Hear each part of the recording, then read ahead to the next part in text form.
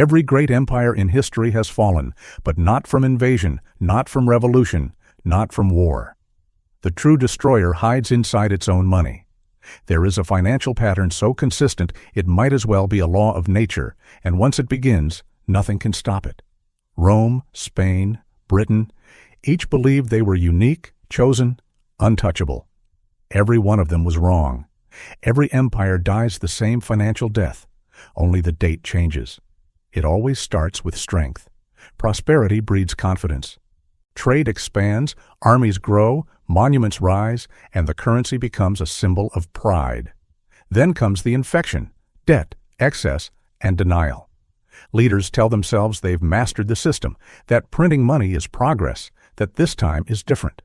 But it never is. History keeps repeating the same story, whispering the same warning. When trust in the currency fades, the empire begins to rot from within. Not swords, not bombs, but interest rates and printing presses bring down civilizations. Every nation that spends beyond its means faces the same decision: raise taxes, borrow, or cheat. And every empire chooses to cheat, quietly diluting the value of its own money. Silver becomes alloy, gold becomes paper, and the paper becomes a promise no one believes. That's the invisible turning point, when wealth turns into illusion and power into debt. From there, collapse is just a countdown. The soldiers still march, the cities still glitter, but the foundation is gone. No enemy is needed when the numbers themselves have turned against you. The story of empire is the story of currencies that died first, armies second, nations last. And the pattern, cold and flawless, is unfolding again. You can argue, deny, or delay it, but the math never lies. The fall never starts at the borders. It begins in the mint, coin by coin, dollar by dollar, until nothing of value remains. History never forgets the first empire that believed it could outsmart the math. 2,000 years ago, Rome ruled the known world, Europe, North Africa, the Middle East. Its legions were invincible, its roads endless, its currency the heartbeat of global trade. The silver denarius was more than a coin, it was trust made tangible. Every merchant, every soldier, every citizen believed in its value. That belief built the empire. But belief, once broken, cannot be repaired. It began quietly. Expansion required armies, and armies required pay. The more Rome conquered, the more it owed. When the treasury ran dry, emperors looked not to cut spending, but to conjure new money. Nero was the first to tamper with the purity of silver. A small change, a simple trick: reduce the metal content, mint more coins, call it prosperity. It worked for a while. Prices crept up. People noticed but accepted it. Then Caracalla halved the silver. Then Gallienus left barely a trace. A coin that once shone pure became a fraud wrapped in silver dust. Here's the first spark. When money becomes illusion, trust dies before the empire does. By the 3rd century, the denarius was barely worth the metal it was stamped on. A soldier paid in silver could no longer feed his family. Farmers refused to sell grain for coins they knew would be worthless tomorrow.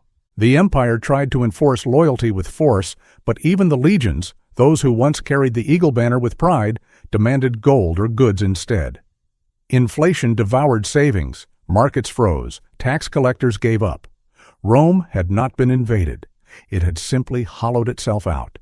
The barbarians at the gates were not its executioners. They were witnesses to a suicide. Every empire ends the moment its money becomes a lie. Centuries later, the Spanish Empire repeated the pattern with a twist. In the 1500s, Spain was the richest power on earth. Silver poured in from the New World, mountains of it mined by hands that would never hold wealth themselves. Potosi, in modern-day Bolivia, produced nearly half the world's silver. The Spanish real became the first global currency, trusted from Asia to Europe, the world's first reserve currency. But when you flood the world with silver, silver stops being special. Spain believed more money meant more power. The truth was the opposite. Prices soared across Europe. What once cost 1 coin now cost 10. The mines kept digging, ships kept sailing, and inflation kept burning through every ounce of wealth. Spain didn't invest in industries, didn't innovate, didn't build. It simply extracted, spent, and fought endless wars to defend a glory it could no longer afford. The silver that made it powerful became the poison that killed it. Wealth without productivity is just debt waiting to happen. By the late 1500s, the Spanish crown owed more than it could ever repay. King Philip II borrowed to fight wars against the Ottomans, the Dutch, and England.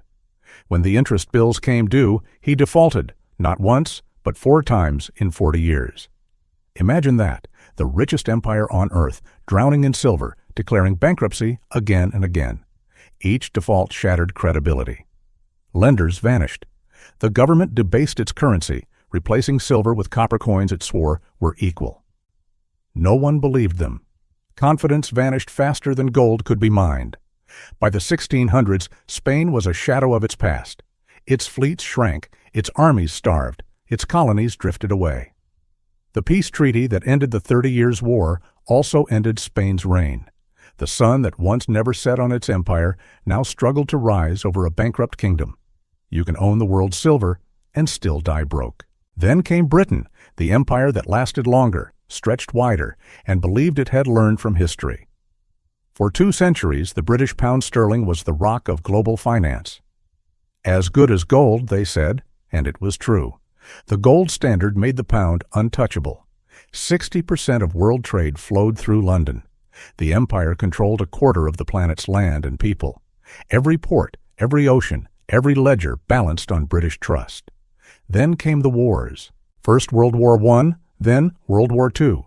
Wars so vast they consumed entire generations and bankrupted the empire that had once financed others. In 1914, Britain's national debt stood at about $650 million. 5 years later, it had multiplied tenfold. The gold standard was suspended. Money printing began. It was a temporary measure, they said. It always is. After the war, they tried to go back. In 1925, Churchill restored the pre-war exchange rate, forcing the economy to choke itself, defending an illusion of strength. Exports collapsed, unemployment soared, and within 6 years the gold link was broken again, this time for good. When prestige becomes policy, collapse becomes destiny. By the end of World War II, Britain's debt had ballooned to 270% of its GDP. Cities lay in ruins, the empire exhausted. The Bretton Woods Conference of 1944 sealed the fate of the pound. The U.S. dollar replaced it as the world's reserve currency. Britain didn't lose an empire on the battlefield, it lost it in the balance sheets. In 1947, the government tried to make the pound convertible again. Within 6 weeks, the markets revolted. Devaluation followed, then again in 1967. Every cut in value cut deeper into national pride. Each adjustment was an admission that Britain's best days were over. The empire didn't fall. It faded, exchange rate by exchange rate. By the 1970s, the United Kingdom was begging the International Monetary Fund for a bailout. Inflation soared past 25%. The currency that had once ruled global trade now symbolized economic exhaustion. The same pattern had played out again: war debt, excessive spending, currency debasement, inflation, and the loss of global influence. Rome's silver, Spain's floods of bullion, Britain's broken pound, all victims of the same sequence, the same delusion that debt could buy time and prestige, could replace production. Every time the people in charge insisted their empire was different. Every time they were wrong. Rome believed its legions could enforce stability. Spain believed silver was infinite. Britain believed reputation was enough. All of them believed the laws of economics bowed to power. None of them survived their currency's decay. History doesn't repeat, it rhymes in numbers. Look closely, and the pattern is crystal clear. Military expansion leads to overspending. Overspending leads to debt. Debt forces debasement. Debasement breeds inflation. Inflation kills confidence. And when confidence dies, so does the empire. It doesn't matter whether the coin was silver, gold, or paper. Once the promise is broken, collapse is only a matter of time. Every empire leaves behind monuments, coins, and ruins. The ruins are what we visit. The coins are what we study. But the pattern is what we keep repeating. Rome's denarius, Spain's silver dollar, Britain's pound, all different names for the same disease. The only difference is how long it takes for the symptoms to show. The warning is older than any nation. You cannot print prosperity. For 5 centuries, Rome thought itself eternal. For 200 years, Britain believed the sun would never set. Spain once held the world's wealth in its vaults. All of them reached the same finish line. They ran out of trust. And in the end, no wall, no fleet, no crown could save them. So when you hold a dollar bill and see the words, "In God we trust," remember this. Every empire's money once carried the same conviction. Every one of them promised that their system, their currency, their rule would last forever. History remembers how that promise ended. The pattern is ancient, and it has no favorites. It devours empires, one coin at a time. Every fall begins with the same illusion. This time is different. Rome believed it. Spain swore it. Britain built an empire on it. Each thought they had outsmarted history, that their power, technology, or faith made them immune to collapse. But the numbers didn't care. The currency crumbled, confidence vanished, and the story ended the same way every time. So here's the question that history now turns toward us. What if the pattern hasn't ended, only restarted? We're told the world has changed, that modern economics has rewritten the old rules. But what if it hasn't? What if the same 7 steps that buried every empire are unfolding right now beneath our feet? Military overreach, endless spending, money creation, inflation, denial, collapse. You can already trace the outlines. You can feel the tremor before the fall. Every civilization believes it can escape gravity until it hits the ground. And somewhere between pride and panic lies the truth no empire wants to face. The laws of economics don't evolve with technology, they repeat with precision. So ask yourself, not if the pattern is happening again, but where we are in it. The pattern has returned, and this time, the empire in question is our own. For 80 years, the United States has ruled not by conquest, but by currency. The dollar became the world's lifeblood, the standard for trade, the foundation of global trust. But look closer, and you'll see the cracks spreading through that foundation, line by line on every government ledger, digit by digit on the debt clock. History is whispering again, and we're following the script word for word. It started in 1944 at Bretton Woods when the US dollar replaced the British pound as the global reserve currency. Every barrel of oil, every trade contract, every central bank vault revolved around it.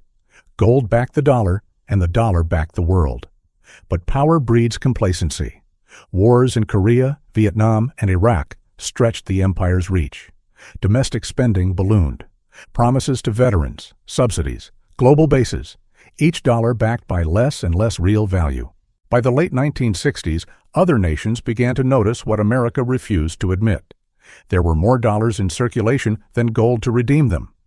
Then came 1971, the quiet revolution that changed everything. President Nixon ended the gold standard, turning the dollar into a promise written on paper, and later on a computer screen. For a while, it worked. The petrodollar system, built through alliances with Saudi Arabia, forced the world to keep using dollars to buy oil. Artificial demand masked the decay. The empire still looked strong. But beneath the surface, something irreversible had begun. Here's the first tremor. When money loses its anchor, power drifts with it. Debt became the new currency. In 1980, the U.S. owed under $1 trillion. By 2000, it was $5.6 trillion. By 2020, $27 trillion. Today, it's over $36 trillion and climbing faster than at any point in history. The United States now spends trillions more than it earns every single year. The gap is no longer temporary, it's structural. We finance our military, our welfare, our very standard of living by printing promises no one intends to keep. And then came 2008. The financial system wobbled, and the solution was the same as every empire before us: print. Quantitative easing, they called it. In 2 decades, the Federal Reserve created more dollars than in the previous century combined. When COVID hit, another $4 trillion appeared out of thin air in 2 years. Each round of rescue diluted the meaning of money a little more. Inflation followed, then denial, then higher prices disguised as transitory. Here's another signal. Inflation is not a glitch. It's the alarm bell of empire. By 2022, prices were rising faster than wages. The official rate hit 9%, but anyone buying groceries or paying rent knew the real number was worse. For the first time in generations, Americans began to question the very trust that underpinned their economy. And while we were distracted, the world began to move on. The BRICS nations, Brazil, Russia, India, China, South Africa, started trading in their own currencies. Central banks everywhere began buying gold again. The dollar's share of global reserves fell from 70% to below 60%, and the line keeps dropping. The same thing happened to the British pound before its empire fell. When the world stops needing your currency, it stops needing your power. Meanwhile, America's military footprint sprawls across 70 countries with over 800 bases worldwide. Each costs billions to maintain. Each is paid for with borrowed money. Rome called it expansion. We call it defense. But the math doesn't care about the label. Like every empire before us, we're spending more to hold what we have than we earn from it. And when the bill comes due, no army, no alliance, no speech will change the equation. The danger isn't that the United States will be invaded, it's that it will implode. A currency collapse doesn't start with panic, it starts with indifference. People stop trusting what their paychecks buy. Foreign nations stop trusting what their dollars promise, and the system quietly begins to seize. Rome couldn't pay its soldiers. Spain couldn't pay its debts. Britain couldn't defend its empire. And America, today's empire, faces the same truth hiding in plain sight. You cannot print permanence. Look around. The numbers don't lie. The pattern is alive, breathing, unfolding once again. The only question left is not whether it's happening, but how far along we already are. Once you recognize the pattern, you can't unsee it. Every empire that fell followed the same 7 steps, different flags, same math. And when you overlay the sequence on today's United States, it matches like a blueprint. This isn't prophecy, it's repetition. The script has already been written, and we're reading it line by line, pretending it's new. The first stage is dominance. The empire reaches its golden age. Military unmatched, economy booming, currency trusted everywhere. For Rome, it was the denarius. For Spain, the silver real. For Britain, the pound sterling. For America, it's the dollar, a symbol of strength backed by productivity, innovation, and global faith. Every empire starts this way, convinced its supremacy is permanent, but that illusion never lasts. Then comes overextension. Power spreads too far. The empire begins to confuse influence with obligation. Rome built roads across 3 continents. Spain tried to rule every ocean. Britain stretched across a quarter of the globe. America now maintains hundreds of bases, promising to defend allies on every shore. Each expansion feels necessary until it becomes unaffordable. Here's the first hook. The bigger an empire gets, the less it can afford itself. Deficit spending follows. Taxes can't cover the cost, so the empire borrows. Bonds, debt, credit. It doesn't matter what you call it.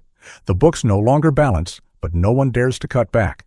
Politicians promise everything, and the bill is pushed to the future. Rome borrowed from its citizens. Spain from bankers. Britain from colonies. America borrows from its own grandchildren. Trillions pile up, invisible until the interest payments choke the system. Currency debasement is next, the ancient trick disguised as modern policy. When borrowing becomes impossible, you create money instead. Rome mixed lead with silver. Spain flooded Europe with silver until it lost value. Britain printed paper pounds unbacked by gold. America invents digital dollars with a keystroke, pretending there's no cost. But there's always a cost.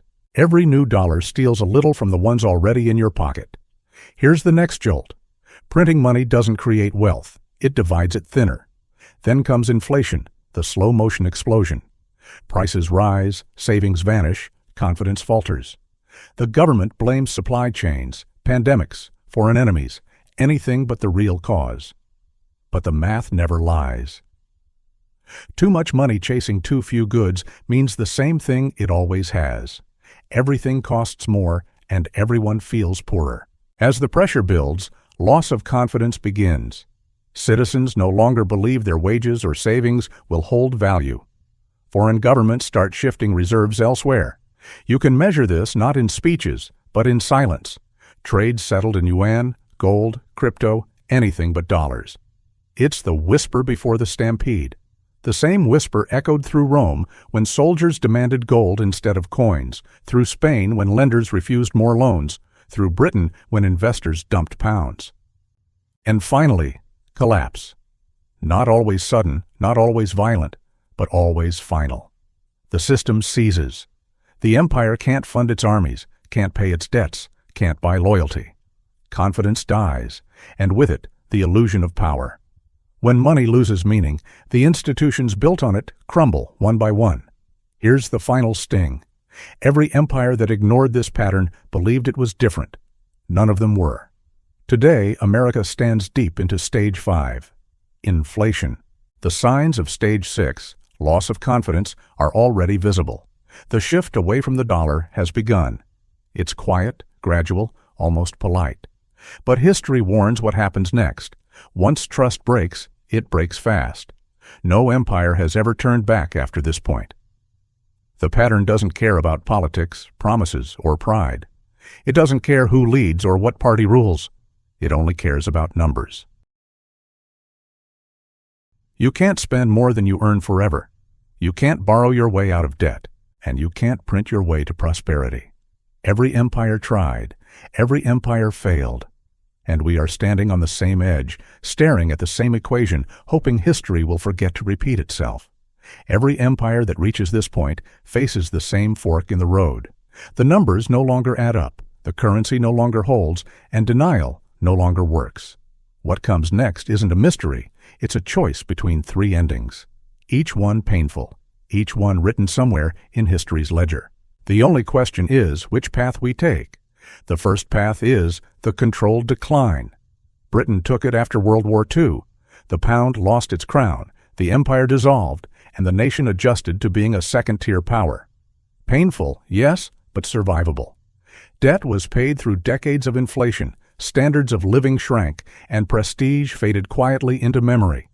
It's the soft landing of empire, a slow slide instead of a crash. The second path is chaotic collapse. That was Rome's fate. The money failed completely, soldiers mutinied, trade froze, and government vanished. What followed wasn't reform, but ruin. Starvation, warlords, fragmentation, the slow-motion disintegration of an entire civilization. Once confidence dies entirely, rebuilding takes centuries. Here's the first spark. Collapse doesn't announce itself. It unfolds in silence until it's unstoppable. The third path is the reset and restructure. It's the hardest to execute, but the only one that offers renewal. When an old system fails, a new one rises, sometimes backed by gold, sometimes digital, sometimes a coalition of currencies. It's the economic equivalent of rebooting a broken computer. Painful, but possible. A new monetary order, a new foundation of trust, a chance to start again. And this is where we stand now. The debt is too big to pay, the inflation too sticky to ignore, and the faith too fragile to fake. Default would shatter credibility overnight. Inflation is already eating away the dollar's strength. Restructuring requires courage, something history shows empires rarely find in time. Here's the sting. The fall of a currency isn't just an economic event. It's the death of an identity. Rome's coins turned to dust. Spain's silver lost its shine. Britain's pound surrendered its throne. Each empire faced the same choice. Each thought it had more time. Now it's our turn at the crossroad. The pattern offers no mercy, only precedent. We can drift, collapse, or rebuild, but pretending it isn't happening is how every empire ensures it does. The truth hits like cold steel. The pattern is absolute. It isn't superstition or conspiracy, it's arithmetic, and arithmetic has no mercy. Every empire that ignored this law paid the same price. Rome debased its silver to fund its legions. Spain drowned in its own wealth. Britain printed promises to preserve its illusion of power. The equation never changes. Spend more than you earn, and the currency dies first. The empire follows right behind. Here's the first pulse. You can't outvote math. You can only delay its verdict. The pattern doesn't care about democracy, technology, or good intentions. It doesn't care how noble the cause or how powerful the army. Economics is gravity. You can deny it, but you can't escape it. Rome believed its gods would protect it. Spain believed its gold would save it. Britain believed its empire was too civilized to fail. And America, the modern empire, believes it's too advanced to fall. But gravity always wins. Another 30 seconds pass, another reminder. Empires don't break because they are weak. They break because they stop believing in limits. Once the currency loses its anchor, the countdown begins. The numbers tighten, trust erodes, and history resets the balance. The pattern doesn't lie, it doesn't forgive, and it never misses. Every nation thinks it's the exception. Every nation ends up the proof. The math doesn't care who you are. It only waits to collect what it's owed. So here we are, standing at the edge of the same story that ended every empire before us. The pattern is complete. Only the timing remains. You can feel it in the markets, the debt, the quiet unease behind every headline. The dollar still stands, but the ground beneath it trembles. Every empire believes it has one more decade, one more fix, one more miracle. None of them do. Here's the first echo. Collapse never feels real until it's already history. When confidence breaks, it won't announce itself with fireworks. It will slip through the cracks in silence, empty shelves, rising prices, digital numbers that buy less each month. Rome's collapse began with soldiers demanding gold instead of coins. Ours will begin when the world demands truth instead of promises. Another 30 seconds, another truth. You can't inflate trust once it's gone. Maybe the fall will be slow like Britain's, maybe sudden like Rome's, or maybe the system will reset into something new. But the outcome is certain. No empire survives its own currency. History doesn't negotiate, it only repeats. The debt says it's near. The math says it's near. The pattern says it's inevitable. The only question left is, how much time do we really have?